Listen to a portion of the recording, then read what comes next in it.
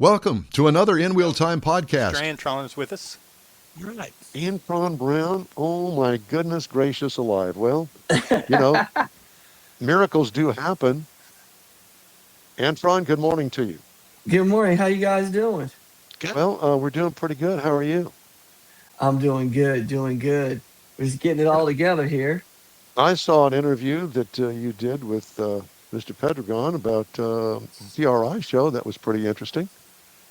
Oh yeah, it was good stuff over there. Let me go out Yeah. here in my other room here. Okay. Let's Yeah, see PRI here. show. Explain to everybody what the PRI show is and what it does for you race car guys.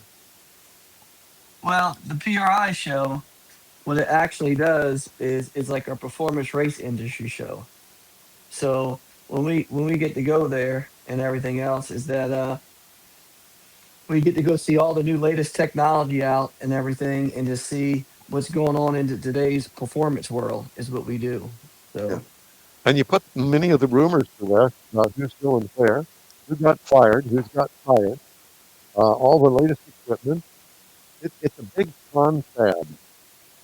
It'd be like a shopping spree for the ladies. yes, yes, it I don't know is. how else Yes, to put it. yes, it is. Yeah. So that's a show that's not open to the public, is it?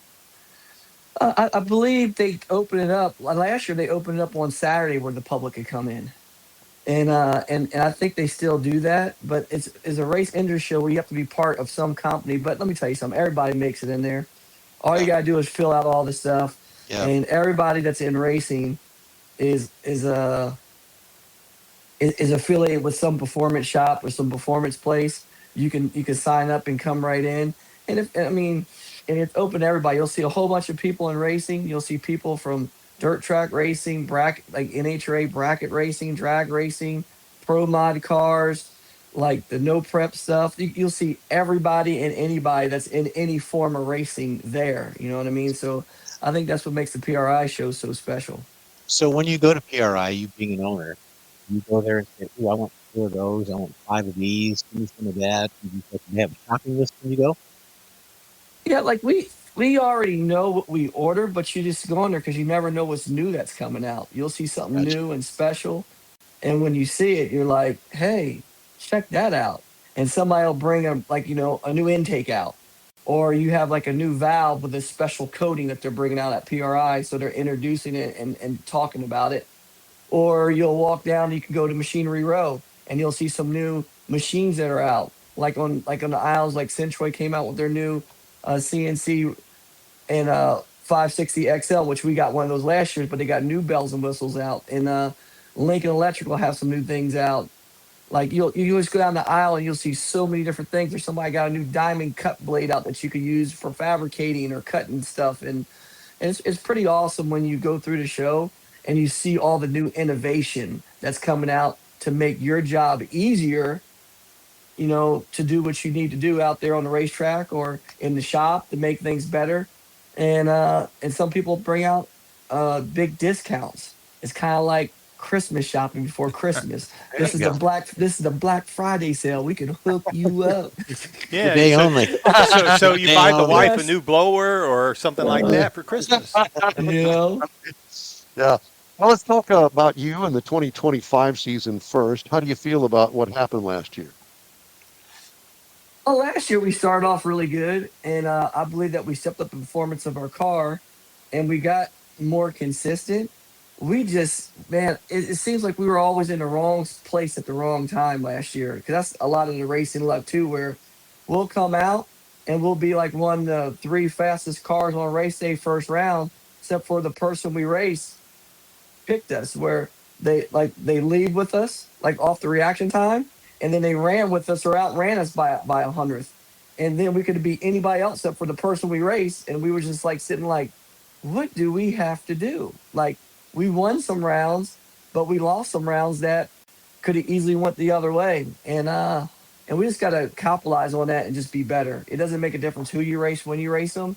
We just got to work on being the best we can every round to be better for this next season coming up. And the countdown, we came in the top 5 like we wanted to, and we just had some bad races in the countdown where we qualified this year. we did a lot better qualifying effort where we qualified in the top five. We averaged qualifying in the top five all year long. You know what I mean? So we set that goal out, and normally when you do that, you set yourself up better for on elimination day. But it didn't go our way this year. It's one of those years where we zigged when we should have zagged, and we pushed sometimes where we spun the tires. We could have easily won the round, and then we went out there and we spun the tires where all we had to do is go down the racetrack and win the round. So it's one of those deals where you you got to learn to do the right things at the right time. But this was a year it didn't go that way, and the year before we made all the right moves to win a championship in 2024. That So Frank Sinatra song, "That's Life." That's what yes, it all is. people say. That's it. I hear that you got a new member of the team coming on for 2026. Yes, we're pretty excited about it, and Brian Corradi and Brad Mason, who's always been leading their helm, and like Mark Oswald was always in that role for us, and then it felt really good when like we teed it up with John Medlen to come over, especially on the R&D side and the process side. And John Medlen knows how to race also too, but Brian and Brad have that type of mind on them. And the other thing that we've been looking at, it's just all the little small details. Like right now, people understand in drag racing that we can't make big gains anymore. There's no more, oh, we're going to redesign the cylinder head, or we're going to change this, and we're going to make this, we're going to do this and do that, or we're going to change the blower. We got a brand new blower. We're going to do this to the car. There's no more big gains on power wise and development of the cars like that anymore. So you really have to start looking at every milk and cranny on how to make it better, and not just show up and race. And I think that's one thing that John Medlin will bring to the party, where he's that guy that looks at all the little things. And when he talks about it, people listen. You follow what I mean? You got a lot of people with great ideas, but you also have to have somebody that everybody respects to go, hey, this is what we got to do to make it better, or we got to try this. And I know one thing is that Brian, he tries anything. He could take anything and manipulate it and make it work, and Brad does really good at like whatever we need done at the shop. He puts it all together and puts the car together. He's kind of the elf in Santa's shop. Hey, we need this gift. He makes it happen. You know. And now you got Medlin, who's the creator and a guy that is really down on all the little milks and crannies. Where if you want to get really good lemonade, he's going to get everything in that lemonade, including the lemon peel, and make it taste right. So that's what we're trying to formulate and put together. And I think that's what you have to do to race against Alan Johnson, Brian Hewson, and all those guys and gals over there at Coletta Motorsports, because they're definitely going to be the team that the championship goes through. And I said it last year when we were racing last year, even after we won the championship, because we just squeezed out and got the championship from Justin Ashley, Sean Langdon, and Doug Coletta. It was a 4 race battle in 2024, and in 2025 it included a lot of other people running for that championship. But Doug pretty much shut everybody out, but before even the last race, before the last 2 races came. So we're going to make it a little bit more challenging in 2026, and we're going to give it all we got. Well, you talked about power, and as you mentioned, the power is there now, and there's not too many big gains that you can make in power, but you can. Oh, absolutely. And the one thing that we have going for us too at AB Motorsports, we have another business you see on my hat, and it's got Fab on the side of my hat, and Fab. yeah, and the cool part, it says AB on it. That's our machining part division of our business, and we can make and do anything that we need. You know what I mean? Yes. So that's what makes it really really cool for me right now, is that we have all the stuff there. We just got to keep working and keep pending and make it happen. I also heard you say that we're looking maybe at about a team two, AB Motorsports, and maybe not in 26, but 27. You talking Yeah, about Angel?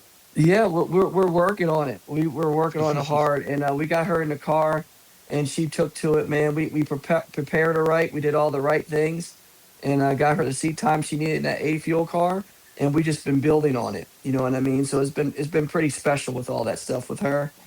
and it's been really really good. And to seeing her develop to come in, and she still has a love of drag racing. But the main thing of it is that we want a second car so bad, but we have to crawl before we walk. We got to keep on working on our partnerships and stuff like that. Where it's been hard out there in all the motorsports realm to find those partnerships, and we just got to put our effort in this next year and really go after it.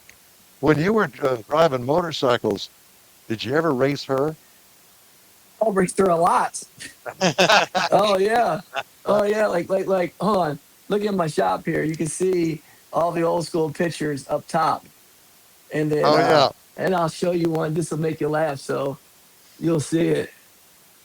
Look, that's us when we raced together right there for the U.S. Army. The guy. See the me. picture right there? Yeah. And then, What and year then, was that? and that was probably in 2000. I want to say 2004. And then you can see another picture right there.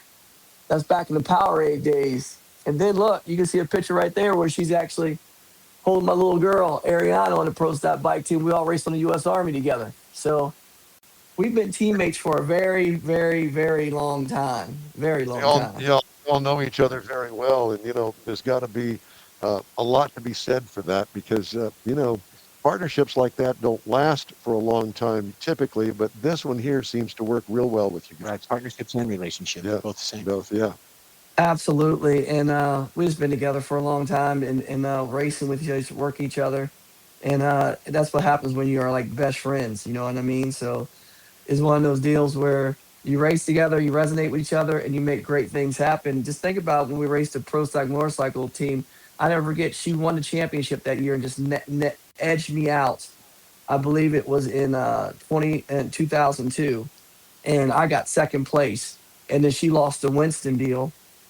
And then Troy was focusing on football, and we had our own team. So then I took over the team, and I had to start working on it and figure out how we're going to keep racing. And oh, sorry about that. What's up, buddy? What's up? What's up?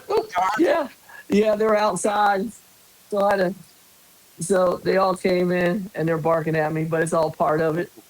The whole gang. I got the Three Stooges.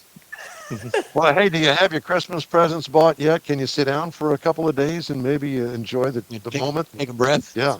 No, I'm actually, as soon as I get off this interview right now, I'm about to go meet my mom, and we're gonna go shopping a little bit. We got a couple But little that's what knickknacks. it's all about. That's what I'm saying. You got to do things like that. Yeah, we gotta get a couple knickknacks. I love it. Antron, it's always a pleasure, and we're very honored to have you join us every once in a while, and thank you so much.